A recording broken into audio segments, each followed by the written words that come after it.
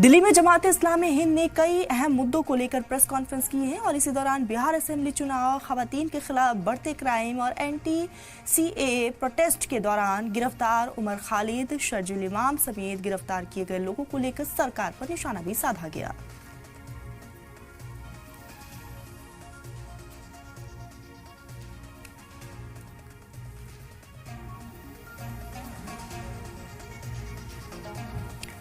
तो जमाते इस्लामी हिंद के नायब आमिर सलीम इंजीनियर का कहना है कि जमाते इस्लामी हिंद सिर्फ मुसलमानों के लिए नहीं बल्कि सभी मजहब के लोगों के लिए काम करती है। उन्होंने कहा कि इलेक्शन कमीशन इस तरह से काम करके लोगों पर उसका यकीन बना रहे। वहीं उन्होंने एक बार फिर से बुलडोजर कार्रवाई को लेकर मुसलमानों को परेशान करने का भी इल्जाम लगाया।